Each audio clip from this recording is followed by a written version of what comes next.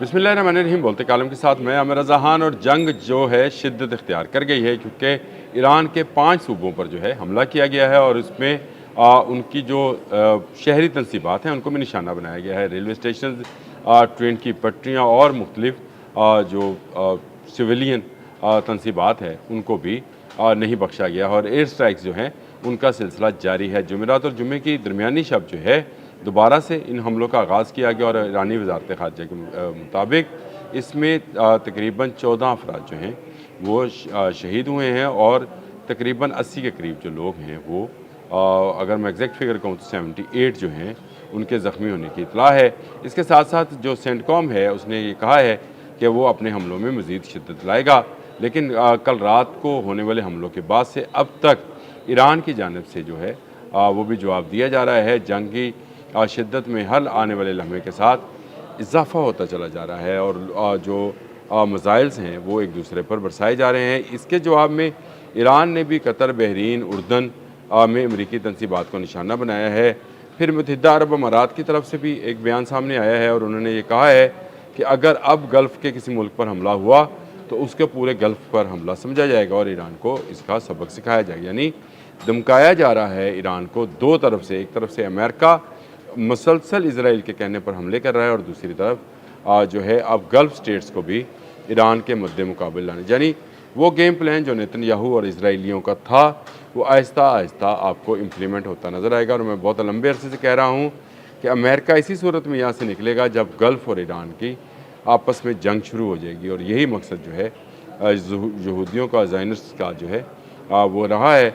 इसीलिए वो दुबई को और शारजा को और अबू धाबी को जो है मजबूत करने की बातें करते रहे हैं। इस वक्त भी IDF इसराइली डिफेंस फोर्सेस के बहुत सारे जो फ़ौजी हैं वो मौजूद हैं दुबई के अंदर, दुबई में और जो मुत्तहिदा अरब अमारात की बाकी रियासतें हैं उनमें मौजूद हैं और अब ईरान को धमकाया जा रहा है। लेकिन ईरान क्या करे? ईरान जहाँ से हमला होगा वहाँ पर इसका जवाब देगा। कुवैत हो, बहरीन हो, उर्दन हो या कोई भी मुल्क हो, वहाँ से अगर हमला होगा तो ईरान उसका जवाब देगा। कल ईरान ने तकरीबन 11 के करीब बैलिस्टिक मिसाइल जो हैं मुख्तलिफ अमरीकी फ़ौजी अड्डों पर गिराए और इनको बरसाया। कुछ को नाकाम बनाने की कोशिश की गई और कुछ नाकाम हुए भी, लेकिन कुछ ने कामयाबी हासिल की और अमरीकी फ़ौजी अड्डों को तहस नहस कर दिया। इसके जवाब में अमरीकी एयर स्ट्राइक्स जो हैं वो जारी हैं और उन पर 5 सूबों के अंदर मुख्तलिफ इलाकों में, अगर आप कहते हैं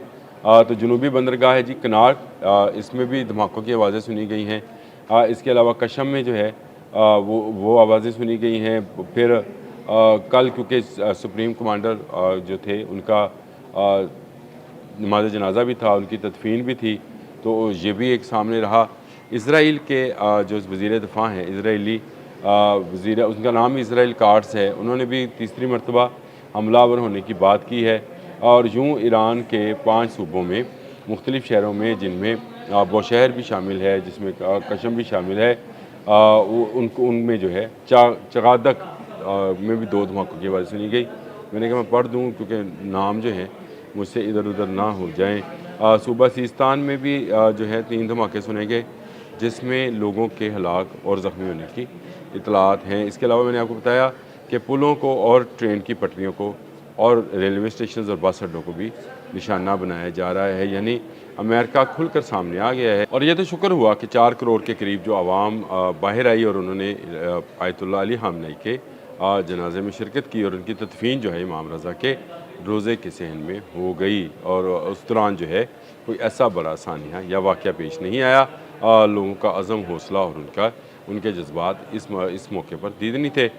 इसके बाद में अगर आपसे बात करूँ तो इस वक्त पासदारान इनकलाब जो हैं अपनी पूरी तैयारी कर रहे हैं कि वो अमेरिका को जवाब देंगे। जंग जो है वो आने वाले चंद घंटों में शिद्दत इख्तियार करेगी, क्योंकि पासदारान इनकलाब 5 सूबों पर होने वाले हमले के जवाब जो है वो 5 से ज़्यादा साइट्स पर देगी। अब तक तो यही स्कोर रहा है, क्योंकि 80 पॉइंट्स पर हमला किया था अमेरिका ने पहले रोज़, तो ईरान ने 85 पर, फिर 90 पर हमला हुआ तो 110 पर, और अब जो है 5 सूबों पर हमला हुआ है। तो इसका मतलब ये है कि मिडल ईस्ट की 5 रियासतें, 5 से ज़्यादा रियासतें जो हैं कम अज़ कम जो है वो उनमें जो है हमला किया जाएगा।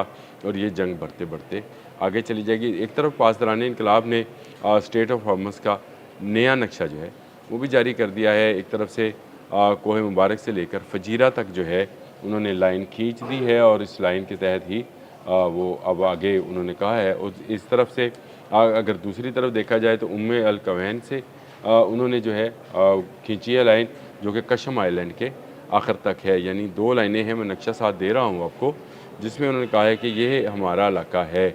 मिडल ईस्ट जो कि इस तरफ से भी इस तरफ से पानी इस्तेमाल नहीं कर सकता था, अब दूसरी जानब से भी पानियों को इस्तेमाल नहीं करेगा। और ये फजीरा जो है ये मुत्तहिदा अरब अमारात में है, तो यूँ इन पर भी पाबंदी लग गई है कि अब मज़ीद जो है जहाज़रानी मुमकिन नहीं रहेगी। अगर आप नक्शे को गौर से देखें तो ये सारा इलाका जो है पासदारान इनकलाब ने अपना इलाका करार दे दिया है, जिसमें अमान भी शामिल है। अमान को क्योंकि पहले 5 किलोमीटर, ये भी समझ लीजिए 23 किलोमीटर है जी टोटल इसकी जो आबने हमज़ की है।